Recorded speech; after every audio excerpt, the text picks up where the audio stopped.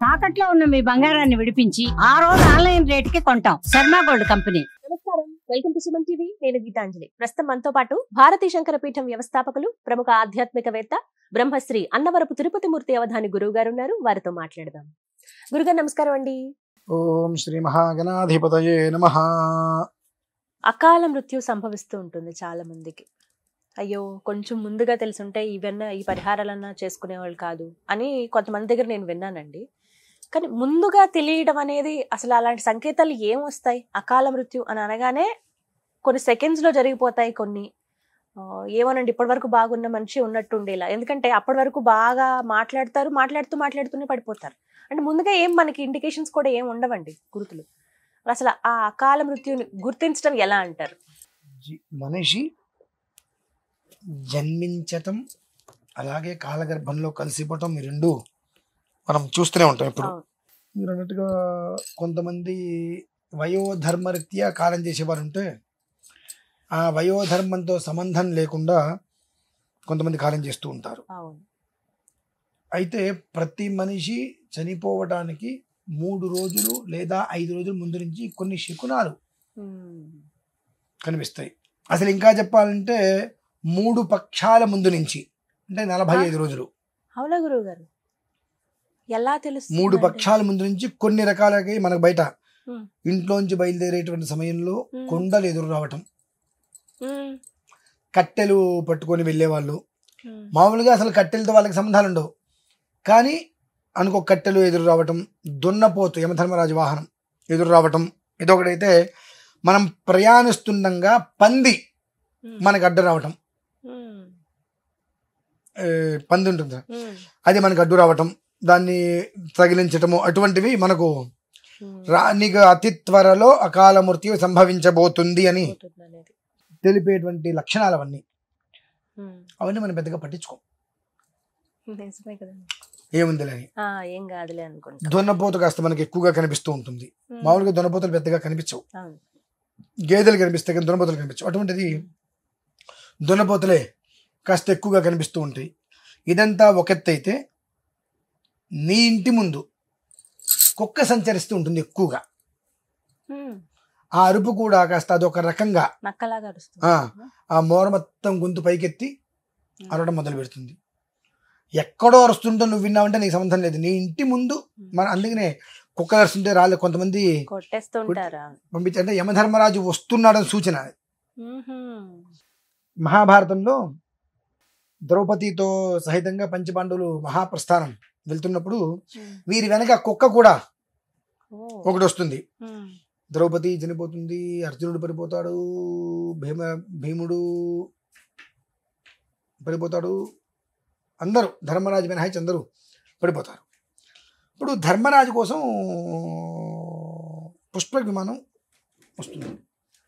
అందులో ఈ ధర్మరాజు ఏమంటాడు, నాతో పాటు ఆ శునకాన్ని కూడా ఎక్కిస్తేనే నేను దేవలోకానికి వస్తా అంటాడు.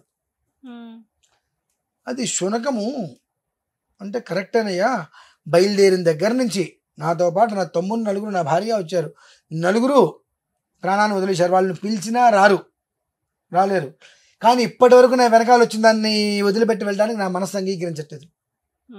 కాదు అంటాడు, ససేమిరా, దాన్ని కూడా నువ్వు సింహాసనం అంటే పుష్ప విమానం ఎక్కిస్తేనే నేను వస్తాను అంటాడు. ఆ ధర్మబుద్ధికి యమధర్మరాజు, ఆ కుక్క రూపంలో యమధర్మరాజు నిలిచి వస్తాడు. యమధర్మరాజు కుక్క రూపంలో దాల్చి వచ్చాడు. అందుకనే మన ఇళ్ళ ముందు కుక్కలు వచ్చి ఒక్కసారి మూవాడు వస్తుంటే కర్రలు పెట్టి కొట్టి తోలేస్తూ ఉంటారు. ఆ యమధర్మరాజు వస్తున్నాడు అనే సూచన. అరవటము ఖచ్చితంగా 3 లేదా 5 రోజుల ముందు స్వప్నంలోకి యమధర్మరాజు దున్నపోతు వాహనం మీద నీకు కనిపిస్తాడండి.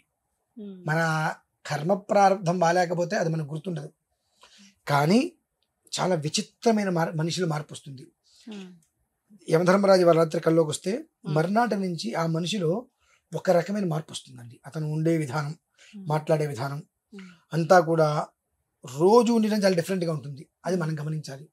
ఏదో అది ఏం జరగబోతుంది అప్పచెప్పేస్తూ ఉంటారు, అన్ని ఏదో జరగబోతుంది.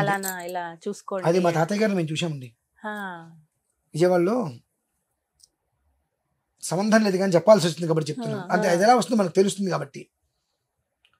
34 సంవత్సరాల వయసులో, అంటే మా అమ్మగారికి 7 ఏళ్ళు, మా తాతగారికి 4 మగపిల్లలు, ఒక అమ్మాయి, మా పెద్ద మామయ్యకి 13 ఏళ్ళు 14 ఏళ్ళు. మా అమ్మమ్మ చనిపోయింది.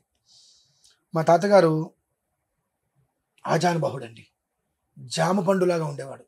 బా 6 అడుగులు, ఎర్రటి ఎరుపు, ఎంత అందంగా ఉండేవాడు. ఎంతమంది చెప్పినా మళ్ళీ పెళ్లి చేసుకోవాలా, నాకు భార్య చేస్తుంది కానీ నా పిల్లలకి తల్లి రాదు కాబట్టి నేను పెళ్లి చేసుకోనని చెప్పి 34 ఏళ్ళ వయసులో అండి, 4 అబ్బాయిలు, ఒక అమ్మాయి, 5 పిల్లలు. మా అమ్మకి 7 సంవత్సరాలు అప్పుడు. అమ్మమ్మ చనిపోతే అలానైనా ఈశ్వర ధ్యానం చేసుకుంటూ ఆ గుళ్ళోనే ఉంటూ ఈశ్వరుని ముట్టుకొని ఈశ్వరుని పట్టుకొని అలానే ఉండిపోయాడు ఆయన. ఇంకొక 4-5 రోజులు చనిపోతారని అందరినీ పిలిపించుకున్నారు ఇంటికి. అందరినీ నాకు చూడాలనిపిస్తుంది, నాకు పిలుపు వచ్చిందని చెప్పి అందరిని పిలిపించుకొని అందరితో మాట్లాడి సంధ్యావందనం చేసుకొని ఆయనకి చాలా ఇష్టమైన కాఫీని, మాదొక్కటి నాకు చాలా ఇష్టం అమ్మా అని చెప్పి కాఫీ పెట్టించుకొని కాఫీ తాగి అందరం వంక చూసి ఇలా వాల్చేశారు అంతా మా తమ్ముడు. అంటే కొంత తెలిసిపోతాయి ఆ అనుష్ఠానం చేస్తూ. ఒకళ్ళ దగ్గర ఒక రూపాయి అడగడం తెలియదండి మా తాతయ్య గారికి. రూపాయి అందరికి జాతకాలు చెప్పేవారు, డబ్బు ఇస్తే అక్కడ పెట్టమన్నారు, చేతికి కూడా తీసుకునేవారు కాదు. అక్కడ పెట్టు, ఎంతండి, నువ్వు ఇస్తే ఎంత ఉదరికి కాదండి, అది అక్కడ పెట్టు, చేతికి కూడా ముట్టుకునేవారు కాదు, ఒక్క రూపాయి అడిగి తీసుకునేవారు కాదు. అలానే ఈశ్వరుడి మీద భారం వేసి కుటుంబాన్ని ఇవాళ మంచి పరిస్థితులు ఉన్నారు. భగవంతుడి దేవుళ్ళు అందరూ చాలా మంచి పరిస్థితులు ఉన్నారు. అంతగా ఈశ్వర ధ్యానం చేసుకుంటూ వస్తూ అందరినీ పిలిచి అందరితో మాట్లాడి కాఫీ తాగి అని ఇలా. అటువంటి స్థితి ఆ ఆధ్యాత్మిక చింతనలో ఉన్న వాళ్ళకి ఆపాదిస్తుంది. సామాన్య మానవులకి ఏంటంటే యమధర్మరాజు కల్లోకి వస్తాడు. ఈ 45 రోజుల ముందు నుంచి కట్టెలు ఎదురకుండా ఇంట్లోంచి బయటికి రాగానే కట్టెలు తరచుగా వస్తూ ఉంటాయి. మన శ్మశానానికి వెళ్ళక్కర్లా, తరచుగా కట్టెలు ఎదురు పడతాయి. తరచుగా కుండలు అటు ఇటు తిప్పుతూ ఉంటారు. తరచుగా దున్నపోతు ఎదురు పట్టడం, ఇంటి ముందొచ్చి కుక్క నడవటము, ఇవన్నీ జరుగుతాయి. 5 రోజులు 3 లేదా 5 రోజుల ముందు యమధర్మరాజు దున్నపోతు మీద స్వప్నంలోకి రావటం, ఇవి అకాల మృత్యు, అంటే ఒక మృత్యు సందేశంగా దీన్ని మనం భావించి వెంటనే మృత్యుంజయ ఆరాధన. అంటే ఈ అకాల మృత్యుని జయించాలంటే అదే దైవారాధన అనేది మృత్యుంజయ ఆరాధన చేయాల్సింది. మృత్యుంజయ స్వామి వారికి తైల తైలం, నువ్వుల్ని దంచి తీసిన తైలం, మనం బయట కొనేవి దొరికేవి కాకుండా నువ్వులు దంచి ఇలా మనం నొక్కాలి, పిండితే ఆ చేతి నుంచి ఒక్కొక్క చుక్క ఈశ్వరుడి మీద పడాలి.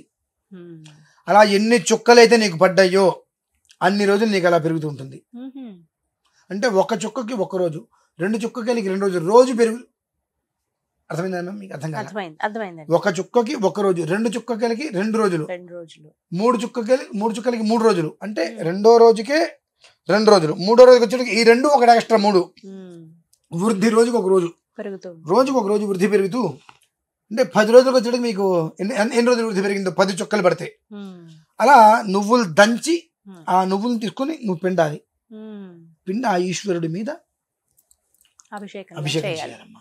అంటే ఏంటంటే నువ్వు ఎన్ని చుక్కలు పోసావు ఆ శివలింగం మొత్తం, ఆ లింగాకృతి మొత్తం ఆ నువ్వు పిండేటువంటి నూనెతో తడవాలి. అలాంటి అర్చన చేసి ఆ అనంతరం తైలాభిషేకం, మళ్ళీ తిలలతోటి బియ్యంతో అర్చన కలిపి భస్మార్చన చేసుకొని దానికి నివేదన. ఇది చేసుకోవడం అనేటువంటిది ఖచ్చితంగా 8 రోజులు చేయాలమ్మా. ఇది 8 రోజులు చేస్తే 8 రోజుల్లో ఎన్ని చుక్కలు పడ్డాయో అది నీకు ఎన్ని సంవత్సరాలు ఆయుష్ ఇచ్చిందో అర్థమైపోతుంది నీకు. అంటే మనం మృత్యు దోషాన్ని మనం జయించాలి అంటే మనకు అకాల మృత్యువు అది ఏ క్షణంలో ఎలా రాబోతున్నటువంటి విషయాన్ని మనకు పసిగట్టేటువంటి విషయాలు ఇవి. ఈ సమయంలో ఆ మృత్యుంజయ స్వామి వారికి చేయవలసినటువంటి విధానాలు, దానికి ఈ అపమృత్యుమపక్షుధమపేతశ్చ పతంజహి అథానో అగ్న ఆవహరాయ స్పోషకం సహస్రం అని హౌం జూం హౌం భూర్భువః. ఇది కాకుండా కొన్ని మంత్రాలు ఉంటాయి. దానికి ఆ మంత్ర సంపుటితోటి అపమృత్యుమపక్షుధమపేతశ్చ పతంజహి అది చేసుకుంటూ అది నిర్వర్తించుకోండి. 8వ రోజు నాడు 8 సార్లు పూర్తిగా 8వ రోజు నాడు కాస్త దానాలు ఇచ్చుకోవాలి. అక్కడతోటి ఆ మృత్యుప్రద దోషం మనకు నిర్వీర్యమవుతుందమ్మా. అది తెలుసుకోవడమే యోగం, అంత కష్టం. కొంతమందికి కట్టెలు ఎదురు రాకూడదు అనేటువంటిది మాత్రమే తెలుసు, ఎందుకు వస్తాయో తెలియదు. ఎందుకు? ఇంకా అద్భుతమైన విషయం చెప్తాను. ఈ 45 రోజుల వ్యవధిలో వాళ్ళకి ఇవన్నీ వస్తాయి కానీ ఒక్క శవం కూడా ఎదురు రాదమ్మా. శవం ఎదురైతే చాలా మంచిది, ఈ దోషాలు కొట్టుకుపోతాయి. శవం మనం ప్రయాణం చేస్తున్నప్పుడు కనుక మనకు శవం ఎదురైతే ఈ మనకు వెళ్ళొచ్చి లోపల ఏదన్నా ప్రమాదాలు అంటే అవి కొట్టుకుపోతాయి, ఆ కీడు తొలగిపోతుంది. ఈ 45 రోజుల వ్యవధిలో నీకు శవం ఎదురాదు. ఇంకా ఎక్కువగా తెలుసుకోవాల్సినటువంటి విషయం ఇది. నువ్వు అంటే ఎక్కడెవరో చనిపోయారు నువ్వు వింటావేమో, నువ్వు ఉన్న ప్రాంతాల్లో చనిపోయిన విధానం కానీ, నువ్వు ఉన్నప్పుడు నీ పక్క నుంచి వెళ్ళిపోవడం కానీ, నీకు ఎదురు వెళ్ళటం కానీ, ఇటువంటివి దాన్ని నువ్వు దాటుకు వెళ్ళటం కానీ నీకు జరగవు. ఈ మాట విన్న తర్వాత కొంతమంది కావాలని చెప్పి ఏమైనా ఇటువంటి కనిపిస్తే శ్మశానం దగ్గర కావాలని వెళ్తూ ఉంటారు, అది ఉపయోగం లేదమ్మా. అనుకోకుండా నీకు జరిగే తత్వం ఇలా వస్తే భగవంతుడు నేను కాపాడినట్లే. ఇవి తెలుసుకోవటం మళ్ళీ చక్కటి వివరణ. నమస్కారం గురుగారు.